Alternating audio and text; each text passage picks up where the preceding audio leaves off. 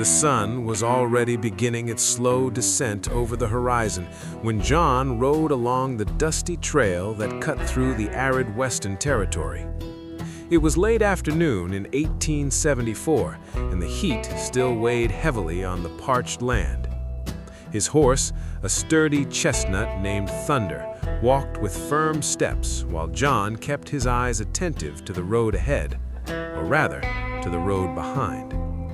Once again, as he had done dozens of times that day, John turned slightly in the saddle, casting a quick glance over his shoulder. The road remained empty, only the golden dust dancing beneath the last rays of sun. Even so, his heart did not slow down. 3 days riding without stopping, sleeping with one eye open, and still the feeling of being pursued would not leave him. John was a man of common appearance for those times.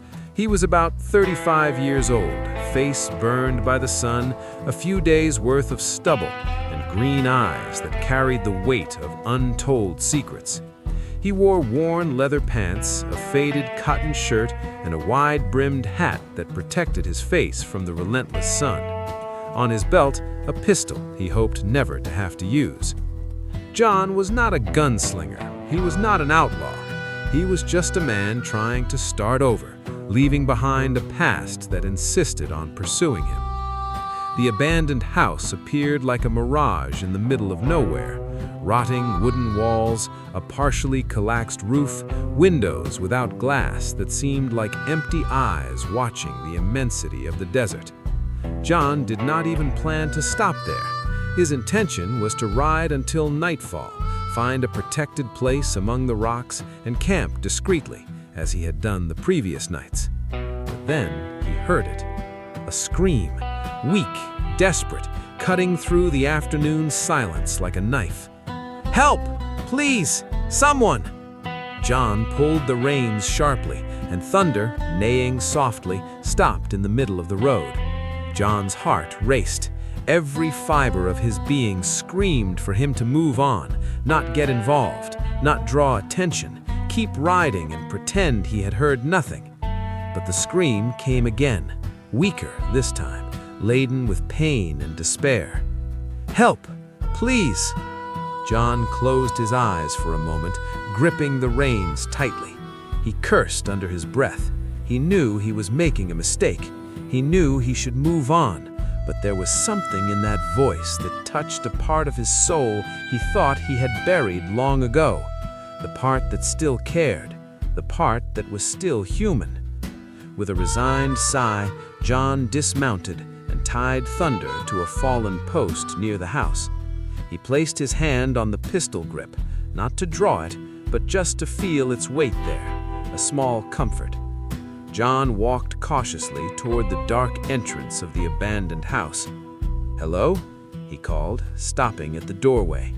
"Is anyone there?" A weak moan came from somewhere in the shadowy interior of the building. John waited for his eyes to adjust to the darkness before entering. The floor was covered with dust and debris, pieces of broken furniture, loose boards, spider webs hanging in the corners. And at the back of what had once been a room, huddled against the wall, was she. She was a young woman, perhaps in her early 20s, with long black hair falling over her shoulders. Her skin had the golden bronze tone typical of the native peoples of the region. She wore a finely crafted leather dress, decorated with beads and embroidery that indicated artisanal skill. But what most caught John's attention was her condition. She was trembling violently, her face bathed in sweat, her eyes half closed and glazed with fever. "Hey, miss," John approached slowly, keeping his hands visible so as not to frighten her. "You hurt?" She tried to focus her gaze on him, but it was obvious she could barely distinguish where she was. She murmured something in a language John did not understand, then gripped her right arm tightly, moaning in pain. John knelt beside her, and that's when he saw it. The arm was swollen, the skin reddened and stretched, with 2 small puncture marks about an inch above the wrist. A bite, and by its appearance, venomous. "Spider," she managed to say in broken Portuguese, interrupted by difficult breathing. "Big, black." "Black widow," murmured John, recognizing the signs. It was not always fatal, but it left the victim extremely ill. She needed help, and fast. Without thinking twice, John took the water canteen from his belt and offered it to her. "Drink, slowly." She drank eagerly, water running down the corners of her mouth. When she finished, John wet his handkerchief and began to clean her sweaty face. "How did you end up here?" he asked, examining the wound more closely. He needed to make a tourniquet, try to reduce the circulation of the venom. "Horse, scared," she managed to say between tremors. "I fell. Spider. Horse ran. I walked. Fever. Don't remember." John understood. She had been thrown from her horse, the animal probably fled in fright, and she ended up taking shelter in that abandoned house where she was bitten. The fever and venom left her disoriented, unable to find her way back. "What's your name?" John asked, while tearing a strip of fabric from his own shirt to make the tourniquet. "Ianoa," she answered, her voice a bit firmer now that she had drunk water. "Tribe, Chayana, to the north." "Chayana," John repeated, carefully tying the fabric above the bite, tight enough to slow circulation, but not so much to cause more damage. "That's days of travel from here."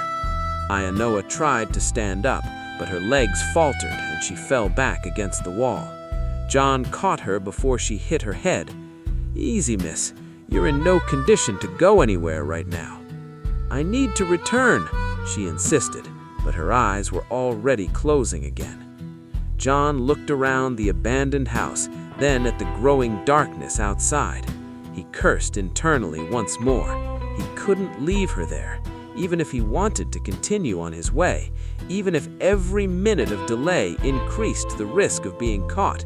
He couldn't live with himself, knowing he had abandoned a sick and injured woman in the middle of nowhere. "All right," he said, more to himself than to her. "I'll take you to somewhere safe, then you go your way and I go mine." Carefully, John picked up Ianoa in his arms. She was lighter than he expected, but even so, her feverish body burned against his chest. He carried her outside and with some difficulty managed to place her on Thunder. The horse, neighing, showed his dissatisfaction with the extra load, but obeyed when John took the reins. "Just until we find someone," John murmured to the horse, as if he needed to justify himself. But deep down, he already knew. The moment he decided to help her, his destiny changed, and there was something in Ianoa's dark eyes, even clouded with fever, that told John this meeting was no mere chance. They walked until they found a small grove of aspens near a stream, a minimally protected place. John made a small fire, the minimum necessary to keep Ianoa warm during the night, but not so large that it could be seen from afar. Old habits of a man on the run. During the night, John took care of her. He wet her face with fresh water from the stream, forced her to drink whenever she awoke, checked the tourniquet to make sure it was not too tight. Ianoa was delirious in her native language, sometimes calling out names that John did not understand. He remained awake all night, feeding the fire with small twigs, always attentive to the night sounds, and always looking back. When the sun rose, painting the sky in shades of orange and pink, Ianoa finally opened her eyes with clarity. The fever had diminished. She looked around, confused, then her eyes rested on John, who was sitting against a tree, clearly exhausted. "You," she said, her voice hoarse but firm. "You saved me." John just nodded. "How are you feeling?" "Better." Ianoa examined her arm, where the swelling had reduced considerably. "You know about healing." "I know enough to keep someone alive," John replied, standing up and stretching his sore back. "But you still need proper care. Is there a town nearby where I can leave you?" "No." Ayana's answer was firm and immediate. You take me to my village." John blinked, surprised. "Your village is days of travel from here. I can't—" "You saved my life," Ayana interrupted, sitting up with effort but with determination in her eyes. "By my people's tradition, this creates a bond. You are responsible for me now. You must ensure I return safely to my people." "Wait, no, John raised his hands defensively. "I only helped you because it was the right thing to do. There's no bond. I have to continue on my way, and I'm going with you," Ayana said, with a stubbornness that surprised John. For someone who had been on the verge of being very ill just hours before, she had certainly recovered her willpower quickly. "To my village. It's my people's way. You cannot refuse." "Yes, I can," John protested, feeling panic grow. Each day of delay was dangerous. Each day increased the chance of being found. "Look, miss, I really can't—" "My name is Ayana," she corrected him, standing up with some difficulty but maintaining an upright posture. "And yes, you can, and you will." John ran his hand over his face, frustrated. He looked at the road behind them, that unconscious gesture that had already become automatic. Nothing. Still nothing. But for how long? "It's not possible," he tried again, more gently this time. "I have my reasons. I need to keep moving." Ayana observed him for a long moment. Her dark eyes, now clear and intelligent, studied every detail of John's face. The way he constantly looked back, the tension in his shoulders, the hand that unconsciously rested near his weapon. "You're running away." It was not a question, it was a statement. John did not respond, but his silence said everything. "Whatever you're running from," Ayana continued, approaching him, "you are not going to abandon me. I see that in you. You have a good heart. A good heart does not abandon those in need." And there, in that moment, John knew he was lost. She was right. As much as he wanted to move on, as much as every survival instinct screamed for him to leave her and ride away, he could not do it. It was the same part of him that had made him stop at the abandoned house, the part that refused to become the monster others said he was. "How many days to your village?" John asked, resigned. A small smile touched Ayana's lips. 5, maybe 6. It depends on how fast we ride." "All right," John sighed deeply. "But when we get there, we go our separate ways. Understood?" "Understood," Ayana agreed, although there was something in her eyes that suggested she was not so sure about that. Thus began their journey together. John helped Ayana climb onto Thunder, and they set off toward the north, following the directions she gave. The sun rose in the sky, promising another hot day, but Ayana's presence had changed something in the solitary silence John had grown accustomed to. "Why do you always look back?" she asked, after a few hours of travel. "Habit," John answered briefly. "Habit of someone being pursued," Ayana observed astutely. John did not respond, but his jaw tightened. "You don't seem like a bad man," she continued, her voice soft but persistent. "A bad man would not have stopped to help me. A bad man would have left me there." "Maybe I'm foolish, not bad," John retorted. "No," Ayana shook her head. "Fools don't survive alone in this land. You survive. You're careful. You know how to camp without being seen, how to light a small fire, how to move quietly. Those aren't the skills of a fool." John remained silent, uncomfortable with how observant she was. "But you're not a hunter," she continued her analysis. "Hunters don't keep looking back. They look forward, seeking prey. You look back because you're the prey, not the hunter."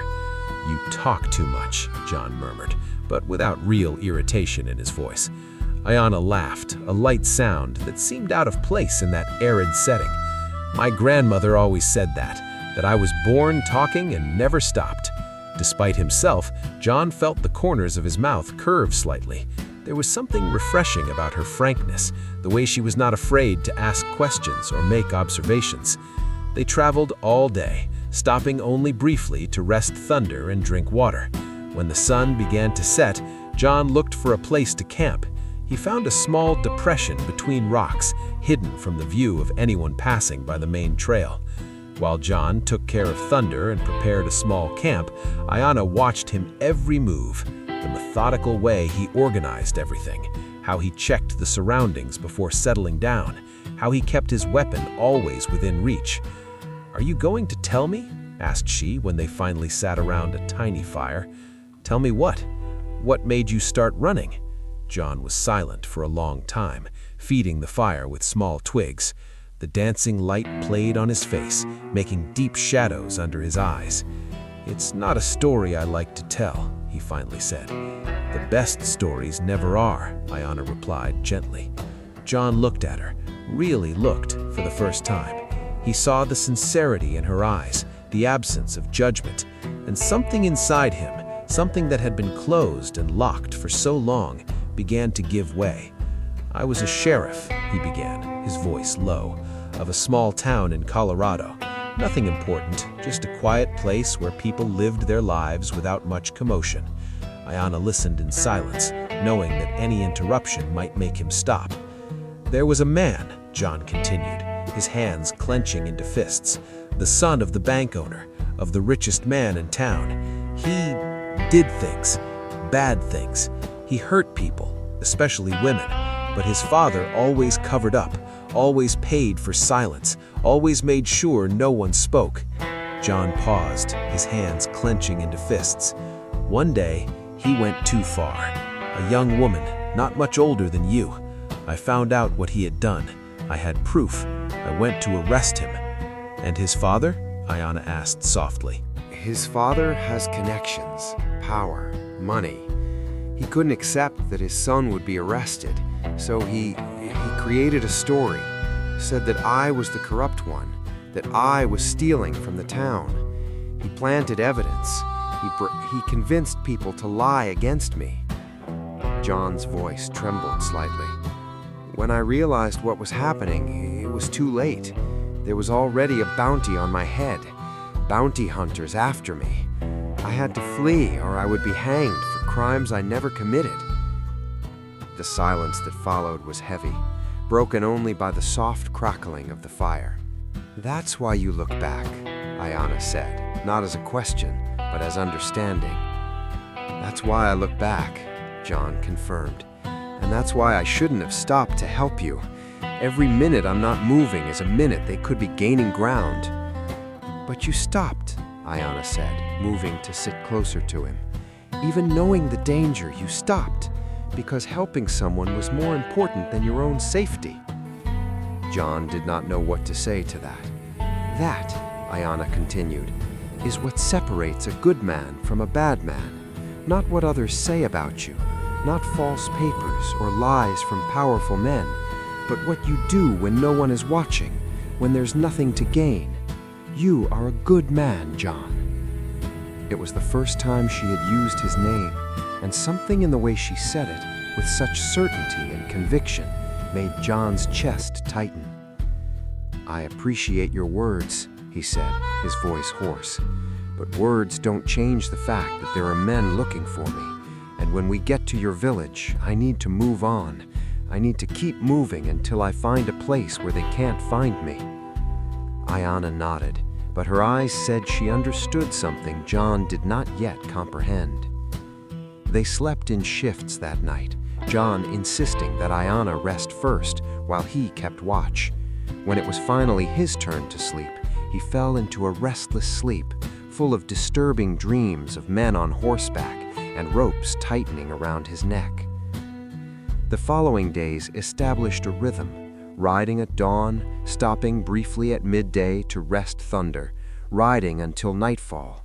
John remained vigilant, always looking back, but had seen no one. Perhaps, just perhaps, he had managed enough distance, or perhaps they simply had not caught up to him yet. Ayana, for her part, proved to be a surprisingly pleasant traveling companion. She knew the land, knew how to identify edible plants, where to find water. At night, she told stories of her people, legends about how the world was created, about heroes and spirits. John found himself listening, fascinated, forgetting for brief moments his own problems. On the third day, they passed through a particularly difficult rocky area, Thunder had to step carefully among the loose stones, and at one point, one of them rolled under his hoof. The horse neighed, startled, and almost threw Ayana off. John caught her in midair, his arms wrapping firmly around her before she fell.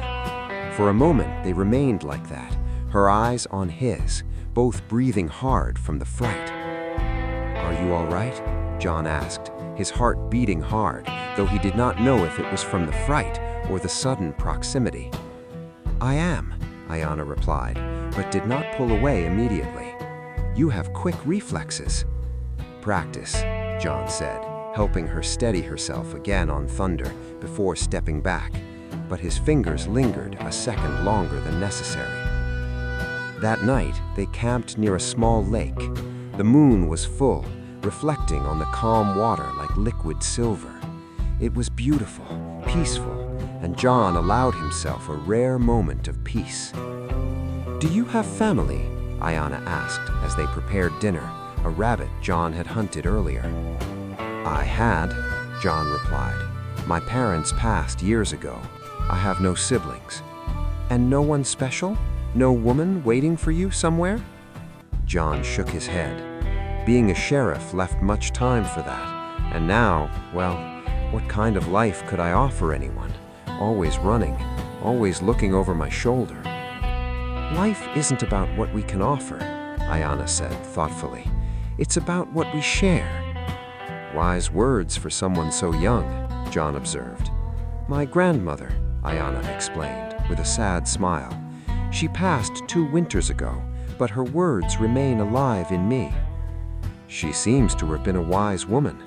"She was. She taught me many things, about plants, about healing, about how to see people beyond what they show the world."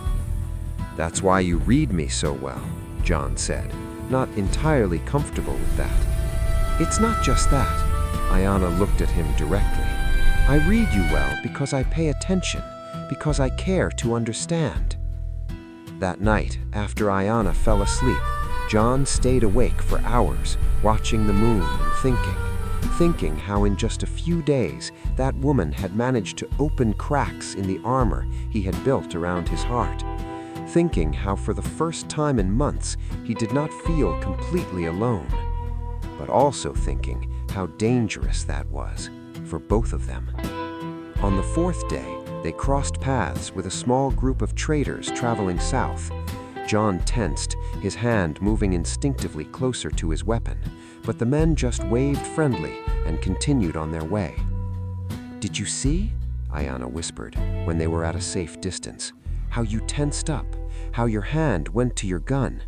You don't trust anyone." "Trust is dangerous." "But you trust me," Ayana said. It was not a question. John realized with surprise that she was right. At some point in the last few days, he had begun to trust Ayana. Not completely, not yet, but enough to sleep while she kept watch, enough to tell his story, enough to lower his defenses, even if only a little. "I suppose I do," he admitted. The smile Ayana gave him was brighter than the sun. On the afternoon of the 5th day, the landscape began to change. The arid plains gradually gave way to greener hills, with more trees, more water. Ayana became visibly animated. "We're close," she announced. "My village is just beyond those hills." John felt a tightness in his chest. So this was it. Their journey together was coming to an end. He would take her safely to her tribe and then move on, alone again. It was what he wanted, what he needed. So why did it hurt so much?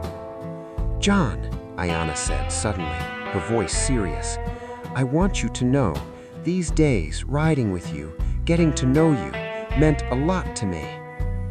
"To me too," John admitted, surprised by his own honesty. "You don't have to be alone," she continued. "You could—" "No," John interrupted, more brusque than he intended. "I can't stay anywhere. You know that." Ayana silenced for a moment. "I know, but I don't like it." They camped one last time before reaching the village. Neither of them slept much. John lay looking at the stars, aware that this would probably be the last night he would spend with Ayana, the last night he would not be completely alone.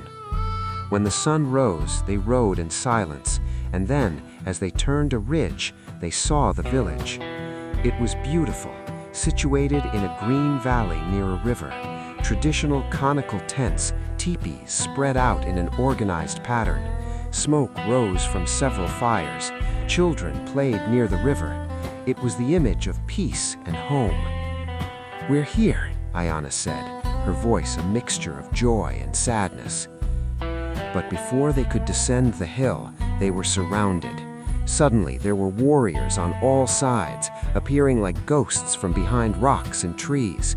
There were about 10 of them, all armed with bows and spears, all with serious and suspicious expressions as they surrounded John and Ayana.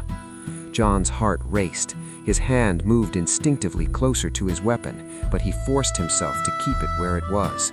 Any aggressive movement, and he would have a dozen arrows piercing his body. "Ayana!" shouted one of the warriors, a tall man with battle scars on his chest. "Are you all right? Who is this man?" "Akecheta!" Ayana responded quickly, sliding off Thunder and running to the warrior. "I'm fine. This man, John, he saved me." She began speaking rapidly in her people's language, gesturing animatedly. John remained very still on Thunder, aware of every bow pointed in his direction, every spear ready to be thrown. Finally, Akecheta nodded and said something to the other warriors. The weapons were lowered but not put away. The warrior approached John, studying him with experienced and suspicious eyes. "Ayana says you saved her," he said in broken Portuguese, "that she was bitten by a poisonous spider and you took care of her, brought her back." "That's what I did," John agreed, keeping his voice calm. "She was very sick. I couldn't leave her." Akecheta observed him for a long moment. "You are a white man.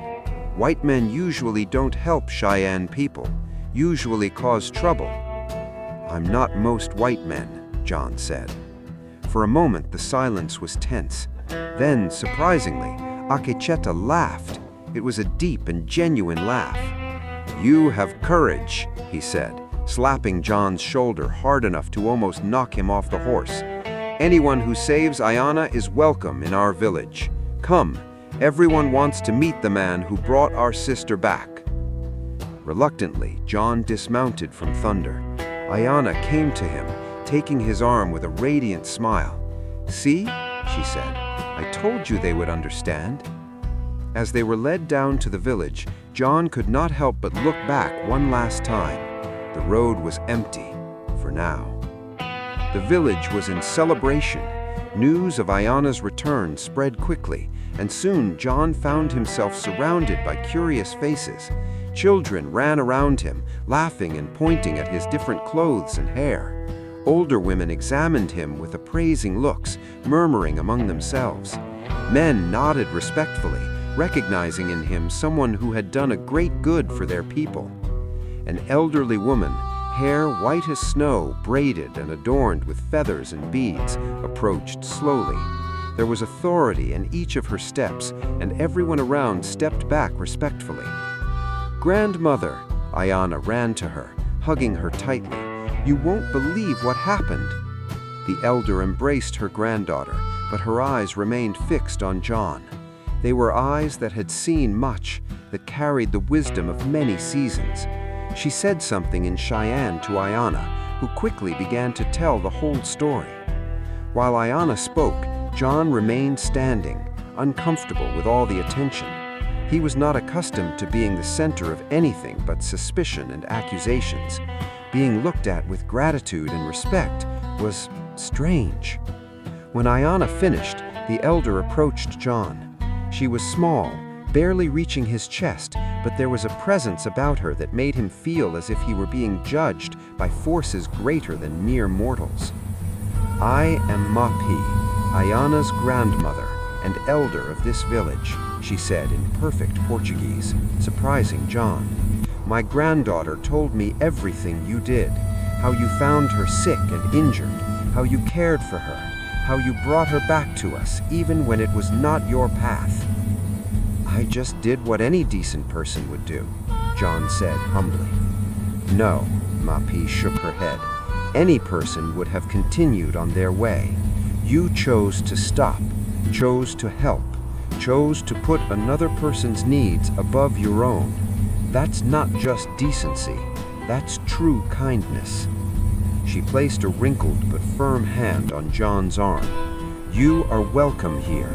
My people wish to honor you. Stay with us tonight. Let us celebrate Ayana's return and properly thank the one who brought her back." John hesitated. Every instinct screamed for him to refuse, mount thunder, and move on. But he looked at Ayana, saw the hope in her eyes, and could not say no. "One night," he agreed, "but I need to leave at dawn." Mapi smiled, a knowing smile that suggested she saw more than he would like. One night, then. The celebration that followed was unlike anything John had ever experienced. There was music, drums beating in rhythms that seemed to echo the very heart of the earth.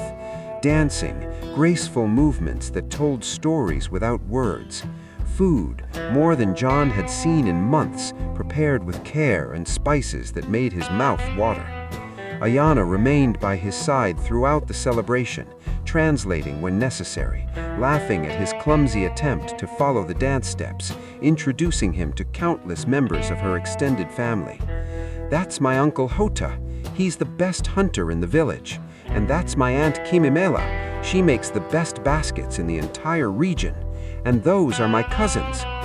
John tried to keep track of all the names and faces, but eventually gave up, simply allowing himself to be carried away by the warmth and acceptance. It was pleasant, more than pleasant. It was like belonging to something again, even if only for one night. When the moon was high in the sky, and many had already retired to their tents, John found himself sitting around a fire with Maki, Akecheta, Ayana, and some other elders.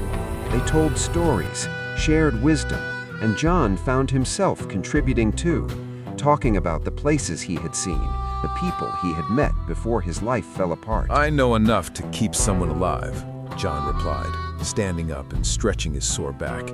"But you still need proper care. Is there a town nearby where I can leave you?" "No." Ayana's answer was firm and immediate. "You take me to my village." John blinked, surprised. "Your village is days of travel from here.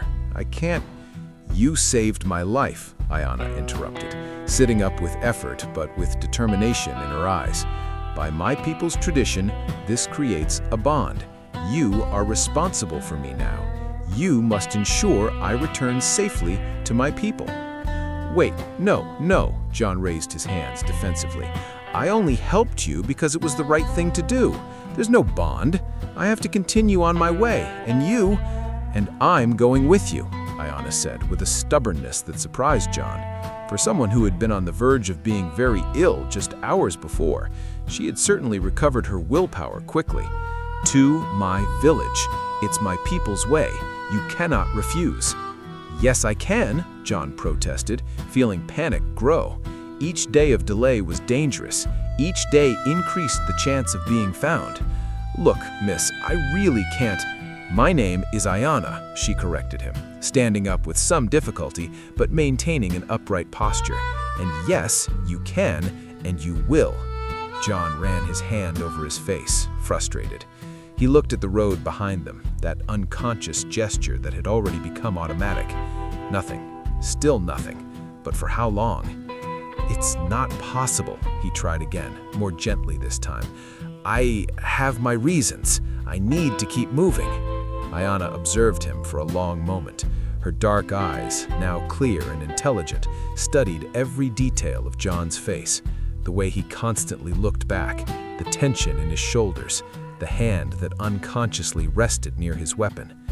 "You're running away." It was not a question, it was a statement. John did not respond, but his silence said everything. "Whatever you're running from," Ayana continued, approaching him, "you are not going to abandon me. I see that in you. You have a good heart, A good heart does not abandon those in need. And there, in that moment, John knew he was lost. She was right. As much as he wanted to move on, as much as every survival instinct screamed for him to leave her and ride away, he could not do it. It was the same part of him that had made him stop at the abandoned house, the part that refused to become the monster others said he was. "How many days to your village?" John asked, resigned. A small smile touched Diana's lips. 5, maybe 6. It depends on how fast we ride." "All right," John sighed deeply. "But when we get there, we go our separate ways. Understood?" "Understood," Iana agreed, although there was something in her eyes that suggested she was not so sure about that. Thus began their journey together. John helped Diana climb onto Thunder, and they set off toward the north, following the directions she gave. The sun rose in the sky, promising another hot day, but Iana's presence had changed something in the solitary silence John had grown accustomed to. "Why do you always look back?" she asked, after a few hours of travel. "Habit," John answered briefly. "Habit of someone being pursued," Iana observed astutely. John did not respond, but his jaw tightened. "You don't seem like a bad man," she continued, her voice soft but persistent. "A bad man would not have stopped to help me. A bad man would have left me there." "Maybe I'm foolish, not bad," John retorted. "No," Iana shook her head. "Fools don't survive alone in this land. You survive. You're careful, you know how to camp without being seen, how to light a small fire, how to move quietly. Those aren't the skills of a fool." John remained silent, uncomfortable with how observant she was. "But you're not a hunter," she continued her analysis. "Hunters don't keep looking back. They look forward, seeking prey. You look back because you're the prey, not the hunter." "You talk too much," John murmured, but without real irritation in his voice. Iana laughed, a light sound that seemed out of place in that arid setting. "My grandmother always said that I was born talking and never stopped." Despite himself, John felt the corners of his mouth curve slightly. There was something refreshing about her frankness, the way she was not afraid to ask questions or make observations. They traveled all day, stopping only briefly to rest Thunder and drink water. When the sun began to set, John looked for a place to camp. He found a small depression between rocks, hidden from the view of anyone passing by the main trail. While John took care of Thunder and prepared a small camp, Iana watched him every move, the methodical way he organized everything, how he checked the surroundings before settling down, how he kept his weapon always within reach. "Are you going to tell me?"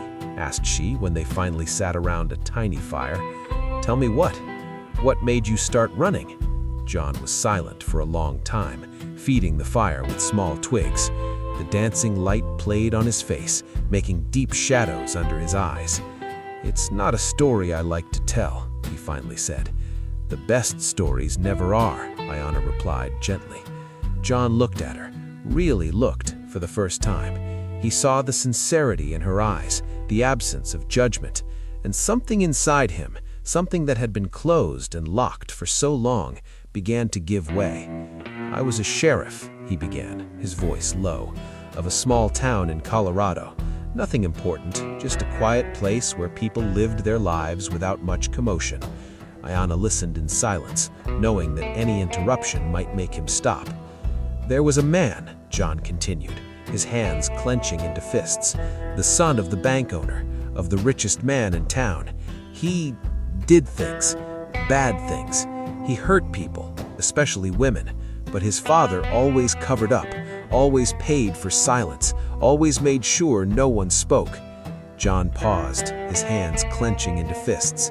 "One day, he went too far. A young woman, not much older than you. I found out what he had done. I had proof. I went to arrest him." "And his father?" Iana asked softly. They rode in comfortable silence for a while, the sun slowly rising, painting the sky in impossible colors. John looked back one last time, but this time it was not with fear or paranoia. It was just to see where they had come from, to mark the end of one journey and the beginning of another. "Ayana?" called after a while. "Yes? Thank you for letting me come." John looked at her, at the brave woman who had chosen an uncertain future with a fugitive instead of the safety of her village, and felt something expand in his chest, something warm and precious that he thought he had lost forever. "Thank you," he said softly, "for reminding me that living is not just surviving, that being alone is a choice, not a destiny." Ayana reached across the space between their horses and took his hand. John intertwined his fingers with hers, and together they continued riding. The road ahead was long and uncertain. There were dangers lurking, challenges they would have to face, and no guarantee they would reach their destination. But for the first time since everything had fallen apart, John did not feel alone. He did not feel lost. He had Ayana by his side, and maybe, just maybe, that was enough. The sun continued rising, illuminating the path ahead with golden light, and two horses carrying two hearts that had found each other in the most unlikely way moved forward, together, not to escape the past, but to build a future. A future that, regardless of challenges, they would face side by side. And as they rode toward the horizon, John realized something fundamental. During all those months running, he thought he was looking for a place to hide, a safe refuge where he could disappear. But what he really needed was not a place. It was a person who made him want to stop running. Someone worth staying for. Someone worth building something new with, even amid uncertainty. And he had found that in Ayana, in the brave and stubborn woman who refused to let him face the world alone. "What are you thinking?" Ayana asked, noticing the distant look in his eyes. John smiled, a genuine and complete smile that lit up his entire face. "I was thinking," he said, "that maybe running was the best thing that happened to me, because it led me to you." Ayana laughed, that light and musical sound that John had already begun to love. "Then maybe we weren't running," she said. "Maybe we were just finding our way to each other." And as they rode toward the rising sun, two hearts beating in the same rhythm, John knew she was right. Sometimes the most difficult paths lead to the most precious destinations. Sometimes the most violent storms precede the most beautiful dawns. And sometimes, when you stop running long enough to look around, you discover that what you were looking for was there all along, waiting to be found. The journey was just beginning, but for the first time in a long time, John was eager to see what would come next, because now he was not alone. And